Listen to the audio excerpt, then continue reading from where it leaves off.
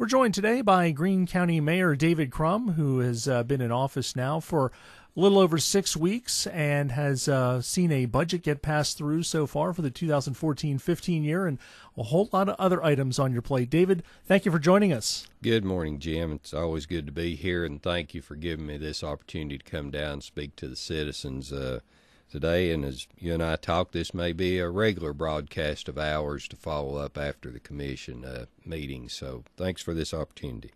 Well, as I said, you've been in office now for a little more than 6 weeks, and just give us just a general overview of how those 6 weeks have gone for you so far. Yeah, it's been a real learning experience. I mean, as much as you think you may understand about a job and the function, as I tell people, I did a job for 27 years, and you get up and you go in and you're accustomed to what that job is and its demands, and this has a completely different job. So to learn the aspect and hitting, as you kind of indicated, that budget issue that we had to deal with right off the bat was an all-consuming process there for a few weeks. And so now trying to kind of pick up those other things that we've got to deal with, like solid waste. We appointed a solid waste director at this past commission meeting, Tim Armstrong, and when I took office, I told Tim the one thing I understand about solid waste is garbage in, garbage out. And, to give me a little time, let's work together, get to know each other, know some of the things that he has planned and before we make that appointment. And Tim, as I've found, has got some real areas of expertise and a real passion for some recycling that maybe we can improve that. That also improves our cash flow. The more corrugated, that being cardboard boxes and things, we can bring in and recycle and generate some revenue. That's received some help from the sheriff, giving additional inmates that can process that. And it's just been a busy 6 weeks. There's never been a lack of anything to do. Just whenever you think, okay, I can breathe, it's time to catch your breath and keep on going. Is there anyone in particular that you're relying on for help or advice or kind of guide you along as you navigate this process? Well, yeah, our budget director, Mary's been helpful, and all the people in that office. I go next door and ask them questions because I've not been used to be dealing with a budget on a day-by-day basis. Of course, Roger Woolsey's been around the county government for many years, so I can ask him questions and things. It's been good. And from the other side, the sheriff's department, that's a huge part of our budget, and Sheriff Hankins and I have worked together for many years, so we call each other and chat back and forth. And so as far as one person, no, there's several people that whenever I've got a question that I'll just call that person and ask, give me some input. And so just talking about the meeting on this past Monday. Obviously, it was a fairly lengthy meeting. A lot of the discussion circled around EMS and the ongoing situation there, with some concerns about the way that the staffing and overtime and all the issues that were dealt with during the budget process. What is the plan right now to handle this moving forward? Obviously, you're going to be bringing in some folks from Knoxville to help out. It is. EMS is just one of those areas I think we need to look at as our most efficient and things. And as I've talked to Tim Armstrong, Solid Waste, we want to run it more like a business. We want to be as efficient and effective as we can. And that's with EMS. Are we running our emergency medical services? What's our goal? That's to provide those emergency medical services as efficiently as we can so that the public needing it can respond. And it's a huge cost to operate those services, to have people on staff 24 hours a day. A lot of times we don't understand that in general as far as a benefits side, and that was the major discussion Monday, dealt with cutting benefits in order to save money and to meet the budget that we gave the director to reduce cost in the original budget, and he came back with a plan to cut benefits. And our county government as a whole has cut down and cut down and cut down to where we are at that point of where you have to cut people. And typically that runs in either salaries and or benefits. And in this case, he had brought a benefit reduction package. And as you say, we have contacted CTAS, which does County Technical Services support for county governments, to come in and look and see how various things operate. They did the study for the asphalt plant, if you remember, and brought that.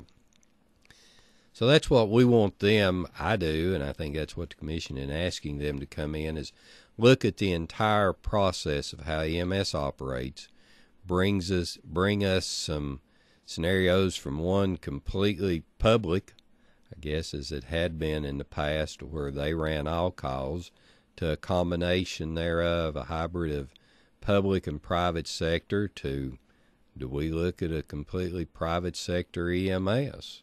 And what's the benefit package? It's difficult when we look at personnel and are trying to compare 8-hour work days to 10-hour work days, 12-hour work days, and 24-hour work days. When your policy says you get a day, well, is a day construed as 8 hours or 24 hours? Is it your work day, a typical work day? So hopefully they will be able to clear some of that up and bring us something that is a comparable policy that other departments or other counties may be operating under. Now, do they charge for the service, or is this a free? It's free. It's something that CTAS does through UT, County Technical Services. Just talk a little bit. Another issue that came up on Monday was a discussion about the county's cash flow and about the fund balance. And obviously, with the county tax revenues not being realized yet at this point, and usually until fairly late in the process, the county has to dip into the fund balance in order to fund its expenses. And with the reduction in the fund balance over time, we're getting to a point now where we're going to be pretty close to zero. Talk about the tax anticipation note and how that's going to hopefully keep things running smoothly. Well, it is, and you explained it almost as we were talking a couple of minutes before there, Jim, is the various things as we have in the past made decisions to fund a lot of our county government out of savings. That fund balance, in other words, savings, has been depleted down to the point where it's really low. I always use the example, and this being still a lot of us having some agricultural background or understanding agriculture, it's kind of like the tobacco farmer or thing that gets paid that once a year.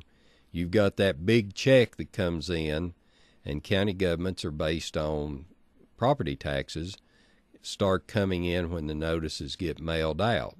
So our income comes in, and from the time people get that income tax notice until the end of February when it gets paid. And it's often we have to live then the rest of the year on that big check for the most part. And that's where we're at now, is a combination of things, is we have reside on the fund balance, so it's gotten down low, and combination of factors, by not having the budget set earlier, those tax notices are just now getting mailed out to where people can bring in. So it's kind of, we're hitting that low point, and we're going to drop into the negative balance as far as our fund balance, and to be able to meet payroll and some of those daily expenses that we have until the property tax comes in. Really in December is whenever we'll get back in a good positive cash flow. The only thing I can say is when you get that tax notice, it may help us if you come on in and pay it, if you're one of those people that pay it before the year end, to where we can get our cash basis built up. Has there been any discussion, and I know that was briefly brought up at the meeting on Monday, about the possibility of giving either a rebate or a little bonus to anybody who does come in and pay early, like maybe 0.5% or anything? Is that something that's really feasible? You know, the trustees looked at that. It's probably more feasible as interest rates are higher, because it's more of an incentive. People sit there and look, well, if I pay now and I save this percent, or you know, they're so low now, you're not making a whole lot in savings.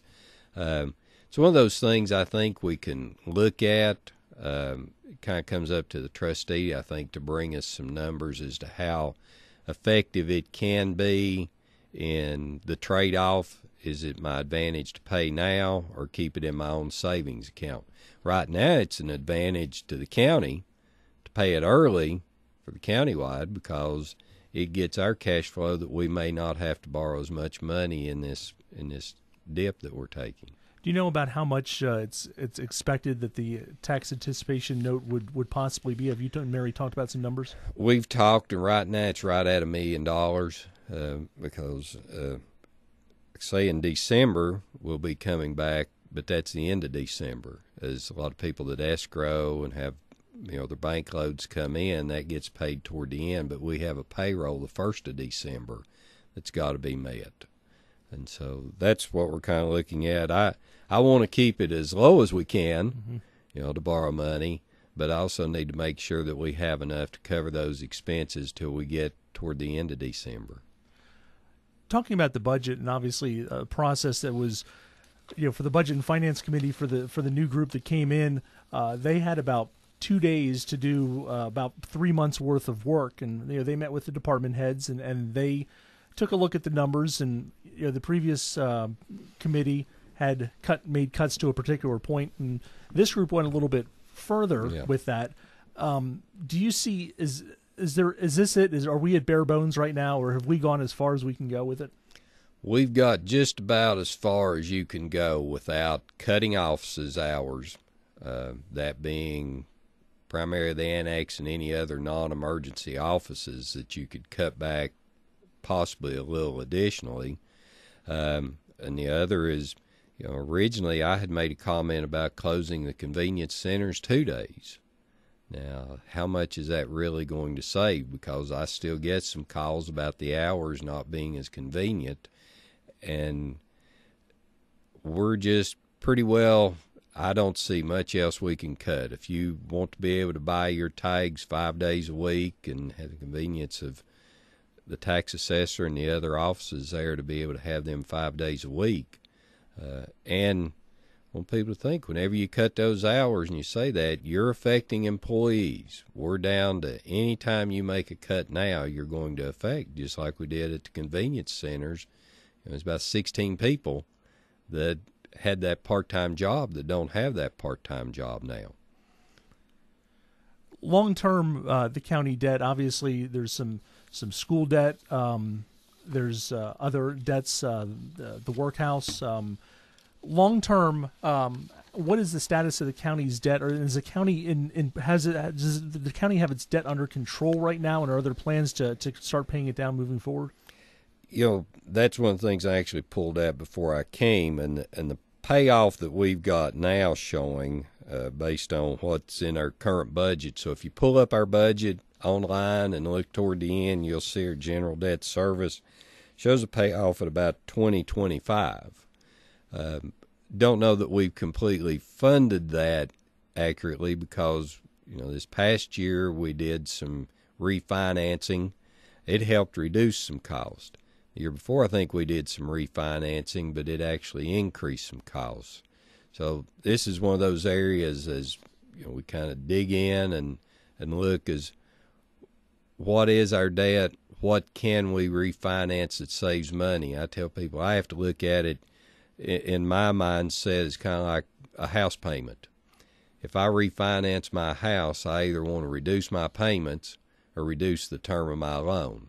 I don't want to refinance my house and have to pay more or a longer term. So the debt financing is something I think we need to look at and see, are we at the best?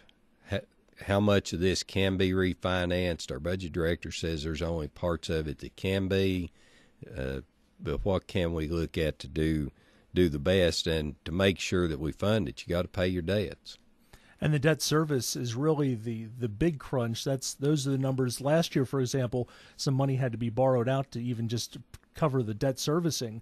How are we comfortable with that at this point? Is there going to be some issues coming up towards the end of this year, or where's that kind of stand right now? She's not indicated anything to me right now, and that's one of those things that, Dad, at this point in the first 6 weeks, it's been a focus on getting the budget, getting the current income flow to where we can get through and take a little bit of a breath and look at those longer-term issues. One issue that I wanted to talk about also was some people, when they talk about the money and where the money is in county government, there's questions about, where all the money is and where it goes. And the state obviously takes care of that through the auditing process. Is that correct? They do. They're there now. I mean, apparently there's a state auditor at our place about year-round. By the time they finish up one, it's time to start another. And they audit different areas. And one thing, in talking to her, they change auditors because auditors, I guess, are like other people. They get in the habit of pulling particular areas that may be their thing where they think that fraud may be more likely to occur. And so they change the auditors around so that they're also looking at different things also as they come through. So every area gets audited, all the time, and we see that come out yearly. The state will issue findings. We have an audit committee that will meet with them as they kind of get into the process, and then at the end also. Do they give you any indication in advance if there's any potential red flags or anything, or is that kind of something that we just wait until the report comes out? And well, it's a good question. They've not come to me, but I would hope a state auditor, if they find something, and we're bound, if they would find something to report to the comptroller or make action immediately, and most of those processes are in place. Before the previous commission left, the one that you were part of back in August, they drafted a notice to send to the state legislature asking for consideration for the county to be able to set its own salaries. That's one of the issues that comes up every year too, is salary increases for elected officials. Those are mandated by the state. The county doesn't have any control over that whatsoever. However, the county government, in this case the county commission, made that request to the state government for that, and you were part of that process. It is, Jim, and I'll tell you, that's one of those things in all this that I hadn't even thought to really go back and look and see. So it's one of those I'll have to look and see some of those private acts that may have been carrying over, or some of those actions that were taken. Have we followed up and gone through with it, and where does that resolution need to go to? Is it our local state legislatures to take that down, or our county mayor's association, or which associations that goes to look at on can we make that change, and what process would go through in order to be able to do it. And as you kind of said, one county here and one county there probably isn't going to affect a lot. It would almost have to be multiple counties saying we want this change. And I guess that's one of the things the Charter Commission may be looking at, and I don't want to speak for them, but is to put more control at the county level from some of those mandates. Well, that just about wraps up our discussion here. Is anything else that you'd like to address before we sign off? Jim, thanks. We've talked. I guess this will be one of those things that we're going to try to do maybe a few days after each commission meeting, things that come up. As you say, you get edited down in time. We have a 5-hour commission meeting, and you may have some questions that come up to you after the fact that you're like, well, could we get a little more clarification? These are things that the community can help educate them and make them more aware of county government. That was why I loved it whenever we were able to broadcast live those meetings. I had a lot of people call and say they'd learned more about county government. I've talked to here at the radio station, a lot of it is having that equipment and stuff to be able to do, but we're going to continue to work on that process. It may not be able to be broadcast live, but I think it'd be great if we could manage to record that in some way to where y'all could play it at a convenient time to where people could listen, because an informed public is great, because they understand we're in there working and trying to do the best we can to improve Greene County. And one thing, if we do indeed make this a regular monthly occurrence, one thing I think we'd like to do is solicit questions from the public. Maybe offer up anybody who wanted to submit a question that they may have for you, that we can use that as part of our back and forth process. Because ultimately that's who we're here serving is the public, and we'd like to be able to hear what they have to think and what questions they may have as well. Yeah, because people out there have got some great ideas and may have some great questions like, well, have you looked at this area or looked at that? And it's like, I hadn't thought of it. It's much like closing down the courthouse. Hadn't really thought about it till somebody asked about using that facility. It's like, well, there's a cost there that, and the security issue after the September 11th. I mean, probably a lot of people out there can remember when we didn't lock courthouses.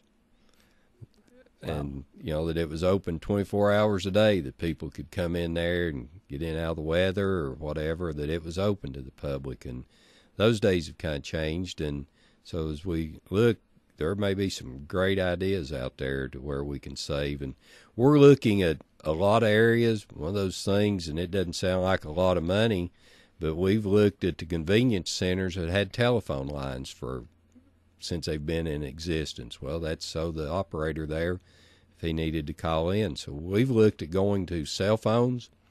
We'll be at the convenience center. They'll be blocked, so they can't just call. They'll be able to call other centers. They'll be able to call drivers, so if they need to get a hold of one of the drivers hauling things from convenience centers and the office, and of course if they have an emergency to call that, that's going to save about $5,000 a year. So I mean, we're still plugging away at wherever may be little savings and big savings, but the little adds up. That's right. Nickels and dimes become dollars real quick. Yeah. If anybody has any questions or to you, what's the easiest way to contact you? Well, office number is 798-1766, but of course my email is davidcrummmayor@greenecountytngov.com. That's one of the longest emails you'll ever run into, or they can contact you here at the office, Jim. Because I hope to do this every month.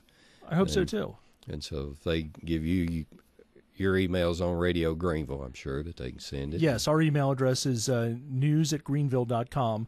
And if anybody has any questions or comments, or for either about this interview here or for any future interviews, we certainly would welcome them. Again, news@greenville.com. David Crum, Greene County Mayor, we really appreciate your time, and we hope to make this a regular occurrence. Thanks, Jim.